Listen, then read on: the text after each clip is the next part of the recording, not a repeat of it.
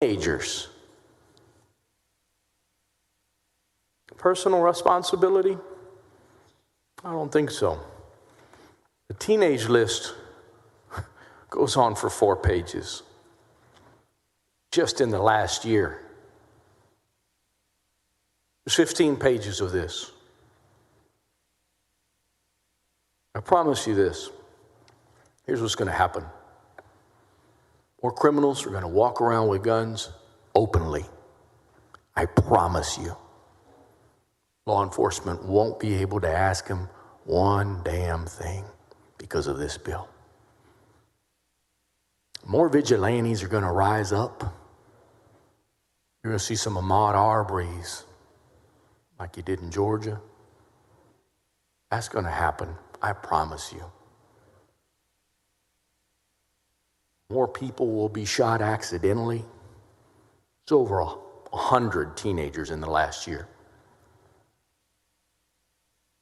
And more children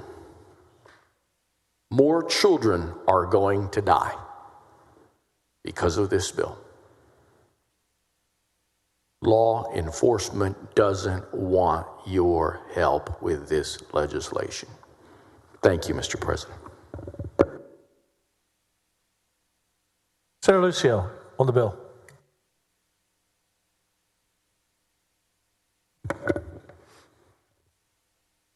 Thank you, Mr. President. Members, I have been silent all day, and there's a reason for that. Senator Blanco, I was in the committee hearing that took place, and I thought, quite frankly, I had said enough on how I felt about the gun, Senator Cohurst, gun bill. But I felt I needed to share a few thoughts with you all.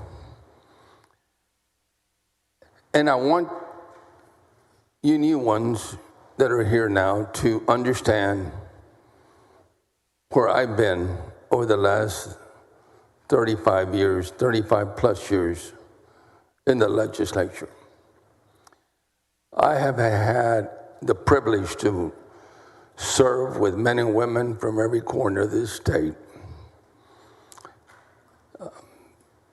Many of them came in and left, but I got to know people. I got to know how they felt about issues, and quite frankly, along the way, Senator Cohurst, we have passed so many bills on this floor who have really helped create a great quality of life in this great state.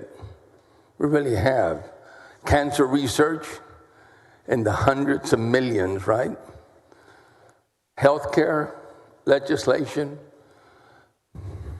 education, everything you can think of, Senator Miles, we have addressed over the last, 35 years. And for me to get up and quite frankly not acknowledge the fact that there are men and women in this state sitting in these 31 chairs today, 30 other chairs than mine, and be critical of a position they take which they believe in their hearts is correct would not be right, because that's not who I am. I think we need to, and right now I've been praying the moment that our brother hit that ground, that floor. I want you to pray with me for him, because he means a lot to his family, to his district, and to people that have met him from other parts of the state who he has been a gentleman with and helped. I know it is so hard, Senator Blanco. I can't imagine. I've gone to hundreds of funerals. Can you imagine? Over the years, people they ask me, "Are you going because of pot?" Heck no. I will not go to a funeral unless I know the family, quite frankly. Or it's a situation that somebody lost their lives, and as a member of the community that represents that community, we have to pay our respects.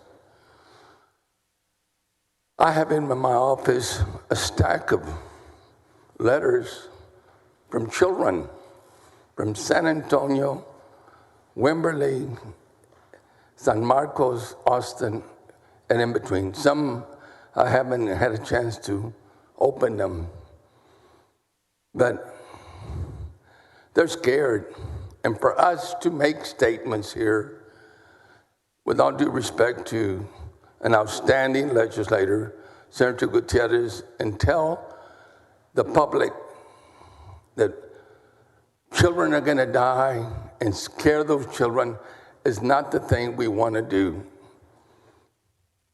We want to let them know that we're going to continue to work together. We're going to continue to try to find answers and solutions to the issues that they're concerned with.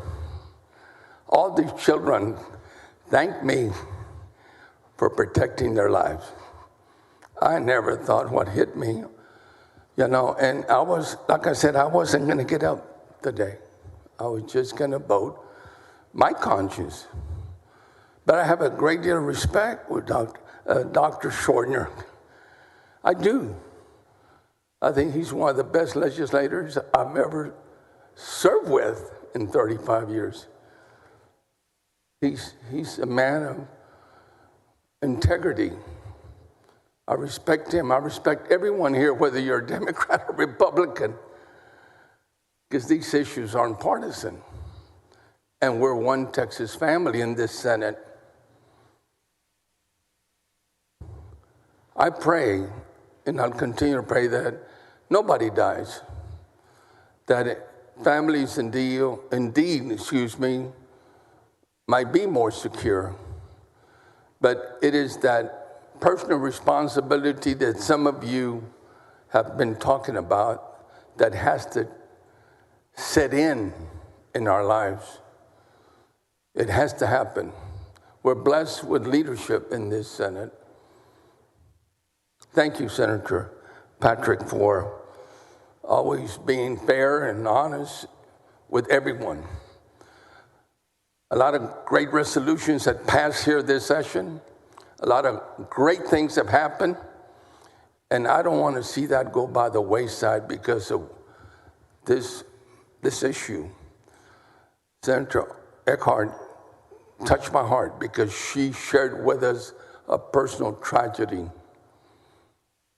It takes a lot of intestinal fortitude to be able to stand here and take responsibility on somebody dying because she made a decision.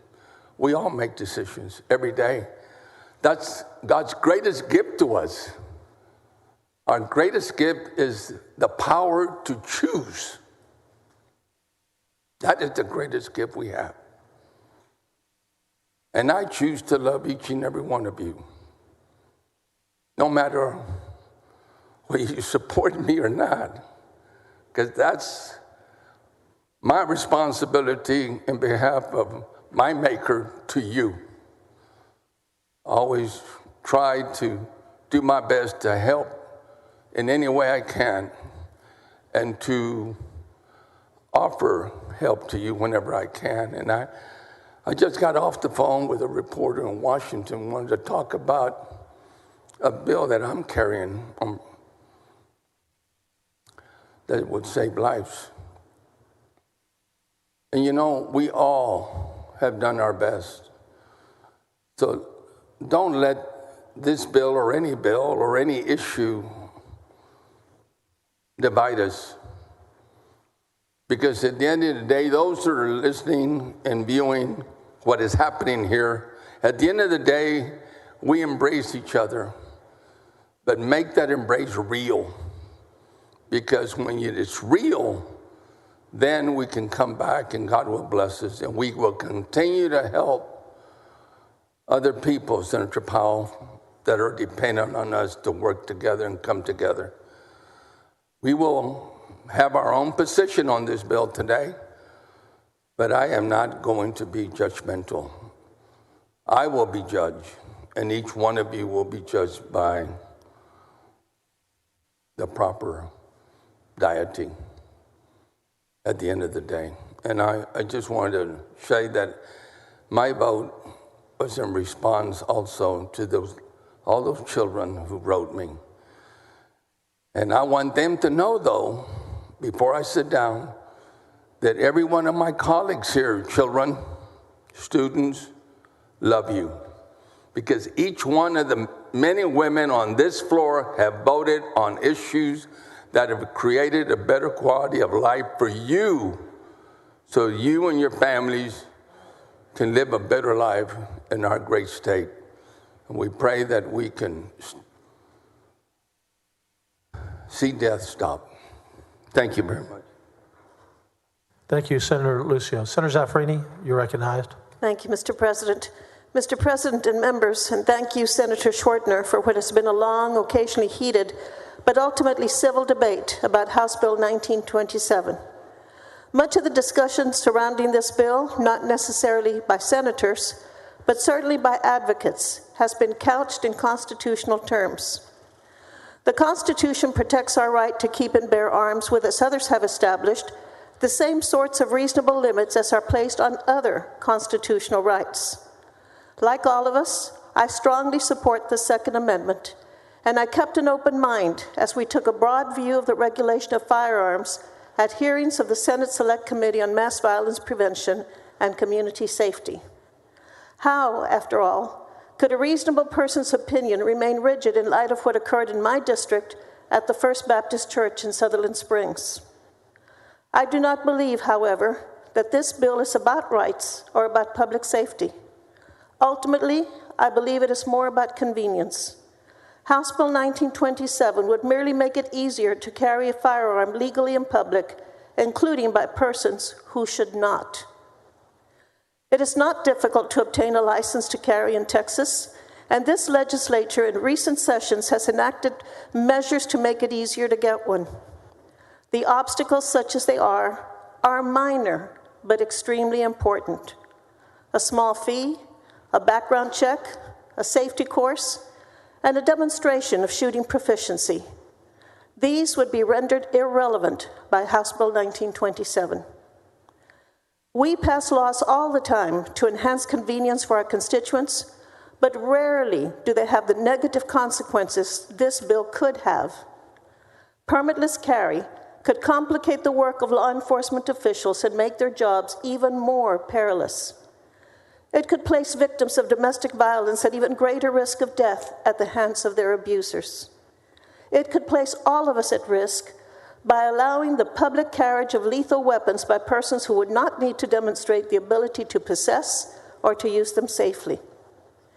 In 2020, the Texas Department of Public Safety denied 2,269 licenses to carry applications, including 926 because of past felony convictions, 136 because of family violence convictions, and 56 because of pending felony charges. Those efforts are admirable, but would be undercut by this legislation.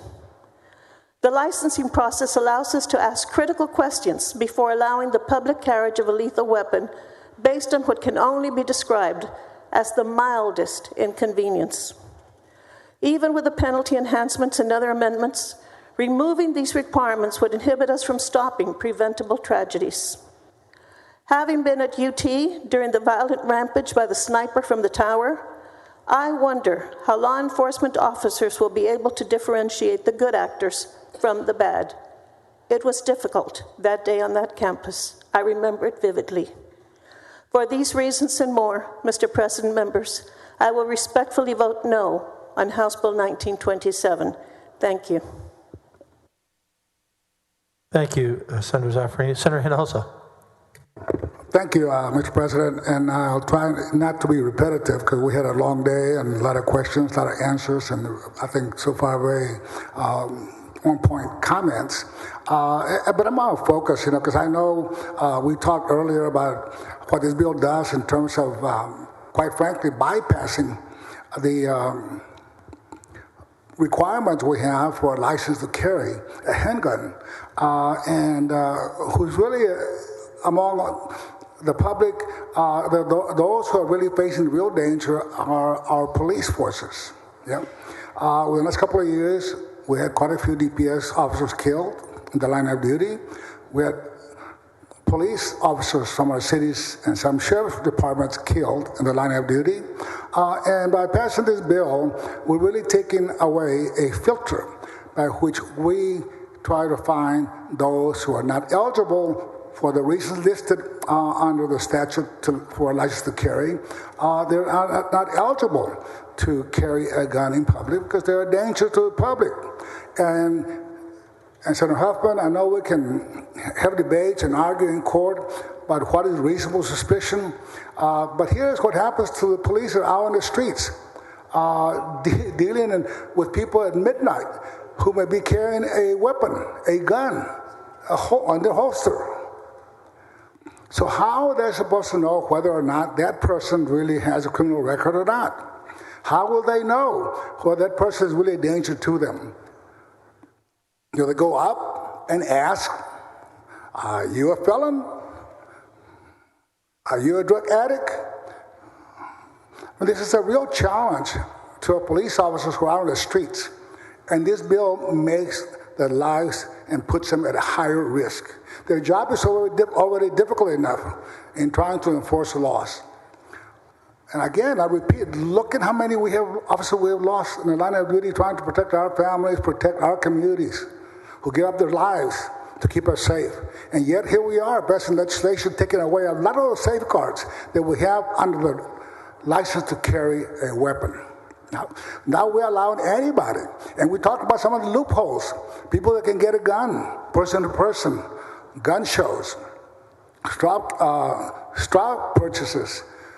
There are many ways that people can get a gun, but now with this bill, House Bill 1927, we allow them to go ahead and carry a gun without any type of criminal background check. It's a real danger, and we're taking away that filter, and the main beneficiaries of doing away with a license to carry are those who are disqualified, have no business carrying a gun. And thank you, Senator Schwartner, for your patience in explaining a lot of your amendments in your bill, but I will respectfully vote no on House Bill 1927. Thank you, Mr. President. Thank you, sir. Senator Whitmire on the bill. Thank you. Mr. President, members, I rise to speak against House Bill 1922.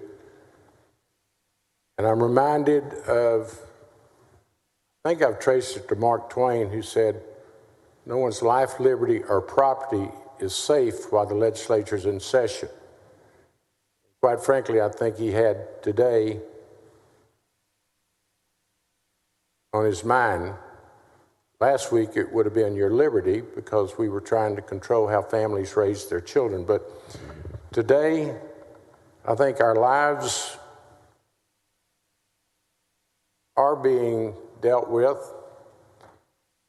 Once again, as I stand before you on a subject of this magnitude, I'm a little amazed how far apart we can be, how people can disagree on something that is this serious and, in my mind, that clear. But then I realize we're not that far apart, because I know some of the folks that are going to vote for this, not everyone, but we are friends and we do visit. I do know that some of the supporters have reservations. And I understand how the system works. I would like to comment on a couple of things that have come up today. First of all, our Bill of Rights. We're all supporting the Second Amendment, absolutely all 31 in our leadership. But it doesn't guarantee you, Senator Schwartner, the right to carry a gun down the street. It has limitations. You can't have a silencer. You got to get a federal permit to have a machine gun. I could go right through a list of restrictions, and most of the amendments in the Bill of Rights do have, such as freedom of speech. We all know you can't shout fire in a theater. So to have a debate about our constitutional rights, that's a good message, but I don't think any of us are restoring our constitutional rights today. And you've mentioned several times that you're just restoring our rights, and I go back and trace our Texas history. I don't know how far you want to go back, but we've had restrictions. In fact, I think someone was even saying there's been some pretty effective sheriffs in this state at one time or another said, don't bring your guns to town. But I don't think, quite frankly, this is a debate about our constitutional rights. Other states, let me tell you what other states are going to do with this law. They're going to use it against us to recruit businesses. And if you don't think Dow Chemical and the others that are located in Delaware are going to use this to recruit top-notch engineers and very bright of the brightest. I used to do some recruiting for a major law firm. You'd be shocked what the kids graduating from college that can go anywhere. They ask you about equality because they have GLBT friends. They'll ask you about quality of life, whether it's traffic or now flood control in the greater Houston area. They'll actually, if they can go anywhere, they'd like to go where there's a good sports team. Well, I think you can add guns to that list. I think when major firms are doing recruiting, it's going to be mentioned that in Texas, because you see, Senator Schwerner, they don't believe like some of the proponents. They're afraid of guns. Literally afraid because they read, in Houston, we have 2 or 3 murders most nights, which added together are a mass murder. And Senator Blanco,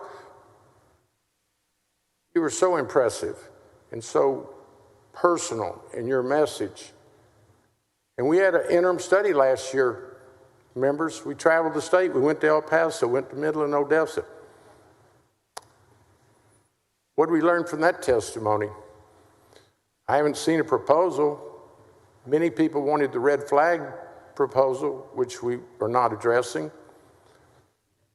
So I think the other states, Senator, to mention Delaware or Mississippi, please, how low do you want to go? In all due respect. Well, I don't think Texas looks to any other state. Most of the states on your list are very small population, certainly in the West. And now let me mention who's actually proposing this. Not the members, but I understand the base. At one time, the NRA was part of my base. I voted for the concealed weapon law in 1995. Jerry Patterson made such an argument that it should be concealed because then the bad guys would wonder which one of us had the gun. We debated open carry, constitutional carry. It was decided by this body in the legislature to keep them concealed, to keep the bad guys wondering who actually had it. But you can't please some of the proponents. They actually worked in some of my campaigns supporting me. They probably regret it now, but that's okay. You can't please them, and I don't know what will be the next step unless we start issuing guns. I was telling someone maybe there'll be an item in the budget where we fund guns for folks who can't afford them. I mean, that's how ridiculous this is getting. It's completely out of control. I understand the pressure from some members' base. I have a base. And you can't always vote 100% with your base. And if you're a good member, they understand that. Now, you can't do it on a regular basis, but there are, in good conscience, times that you'll vote against your base. The police. You know, it's amazing. Just 4 years ago, the police chiefs had a press conference and killed this issue. To my friends in law enforcement, I know you're not monolithic. I know we have small town sheriffs, we have big town sheriffs, but I am disappointed, and I will say publicly that there was not the energy opposing this by law enforcement that you have witnessed in the past or how you would expect. I do believe, members, that we haven't heard the last of this issue. I think it's going to be a national story. So if we're ready, those that are proposing this, for Texas to make headlines that now anyone can get up, take a gun to town, no questions asked. I just really don't think that's the message we want for a state that is going in the right direction in so many ways. So I close by saying, I do believe this bill will be repealed. I can't tell you how soon. It could be next session, but I don't think it'll be too far in the distant future. The word will go out, and this is a very defining vote. The sides have been very clear, and I think Senator Creighton certainly gets so much credit for having the strength and courage to come here after his circumstances. But I think every one of us has represented our district. It's been